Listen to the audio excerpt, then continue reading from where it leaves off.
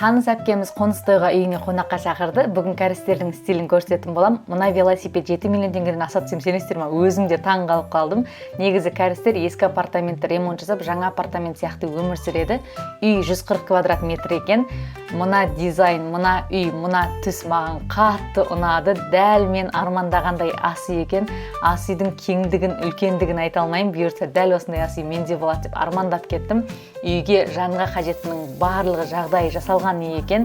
Автоматты посуда жуғыш, автоматты стиркалары мен кір жуатындары мен сушилкалары, робот пылесостары барлығы жағдайын жасап болған өте қатты ұнады.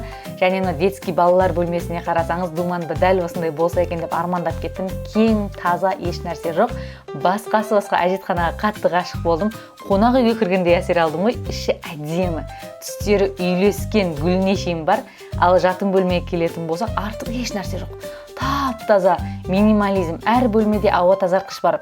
Әр бөлме былай тұрсын, әжетханада да ауа тазартқыш жеке орналасқан екен. Түстері өте әдемі. Ана Дайсонды көріп жолдасыма, маған да Дайсон әперіңізден әперем деп күліп қояды.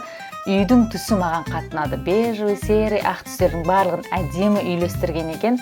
Складтарының өзін қарасаңыздар, қандай жинақы таза болып тұр. Әрбір гүлдері, горшоктары, деталь, дизайнға үшін әдемі жасаған. Кәрістер негіз тамақ жасамайды, қоныс тойға да барлық тамақ тапсырыс беріп алды.